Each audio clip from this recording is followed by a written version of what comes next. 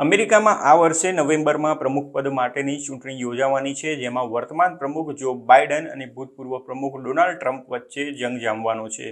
આ ચૂંટણીમાં અમેરિકામાં ઇલીગલ માઇગ્રેશન સૌથી મોટા મુદ્દાઓમાં સામેલ રહ્યો છે. હવે મીડિયા અહેવાલોનું માનવામાં આવે તો નવેમ્બરની ચૂંટણીઓ પહેલા અમુક ડેમોક્રેટ્સને ઉત્સાહિત કરી શકે તેવા પગલામાં જો બાઇડન વહીવટીતંત્ર અમેરિકામાં એવા અનડોક્યુમેન્ટેડ ઇમિગ્રન્ટ્સને કામચલાઉ કાનૂની દરજ્જો અને વર્ક પરમિટ આપવાનું વિચારી રહ્યું છે, જેમને અમેરિકન નાગરિકો સાથે લગ્ન કર્યા છે.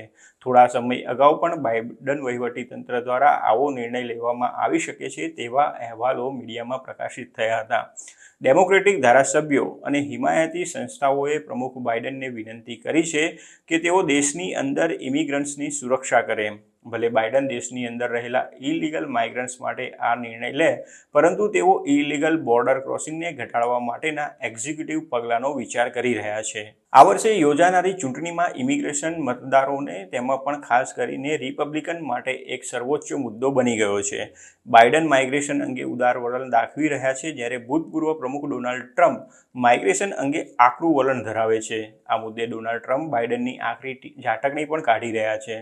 ટ્રમ્પે અમેરિકામાં ગેરકાયદેસર ઇમિગ્રેશનમાં વધારો બાઇડનની ઉદાર નીતિઓને આભારી ગણાવ્યો છે. તાજેતરના મહિનાઓમાં વ્હાઇટ હાઉસે યુએસ-મેક્સિકો બોર્ડર પર માઇગ્રન્ટ્સને અવરોધિત કરવા માટે એક્ઝિક્યુટિવ પગલાંની સંભવિતતાની શોધ કરી છે. બીજી તરફ બાઇડન વહીવટીતંત્રએ અમેરિકન નાગરિકોના જીવનસાથીઓ માટે પેરોલ ઇન પ્લેસના સંભવિત ઉપયોગની પણ તપાસ કરી છે. ટેમ્પરરી સ્ટેટસ અને વર્ક પરમિટની એક્સેસ તથા સિટીઝનશીપનો સંભવિત માર્ગ પ્રદાન કરશે. જોકે સૂત્રોએ જણાવ્યું હતું કે કોઈ પગલાં નિકટવર્તી અથવા તો અંતિમ નથી.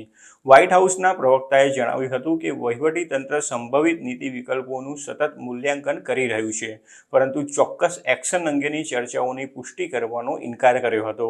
એક ન્યૂઝ એજન્સીએ પ્રવક્તાના હવાલેથી જણાવ્યું હતું કે રાહત માટે પાત્રતા ધરાવતા લોકોને તેને ઝડપથી પ્રાપ્ત કરી શકે અને વધુ ન્યાયી અને વધુ માનવીય હોય તેવી ઇમિગ્રેશન સિસ્ટમ બનાવવા માટે વહીવટીતંત્ર પ્રતિબદ્ધ છે.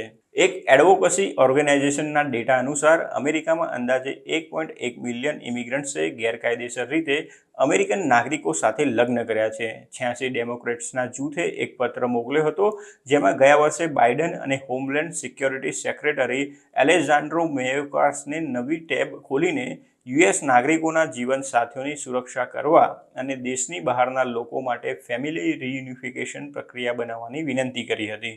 સોમવારે વોશિંગ્ટનમાં એડવોકેસી પ્રેસ કોન્ફરન્સમાં બોલતા ફિલાડેલ્ફિયાના રહેવાસી અને અમેરિકન નાગરિક એલિસન બતિસ્તાએ કહ્યું હતું કે તેમના બ્રાઝિલમાં જન્મેલા પતિને લગ્નના 20 વર્ષ પછી પણ કાનૂની ઇમિગ્રેશનનો દરજ્જો નથી મળ્યો.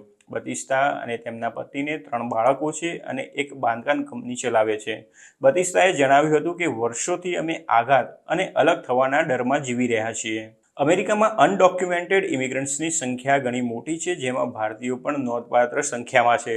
પરંતુ હવે અમેરિકામાં ઇલીગલ ઇમિગ્રેશન સમસ્યા વકરી રહી છે અને સ્થાનિક સ્તરે પણ તેનો વિરોધ થવા લાગ્યો છે. થોડા સમય અગાઉ ન્યૂયોર્ક સિટીમાં મોટી સંખ્યામાં ઇલીગલ માઇગ્રન્ટ્સ ઉમટી પડ્યા હતા.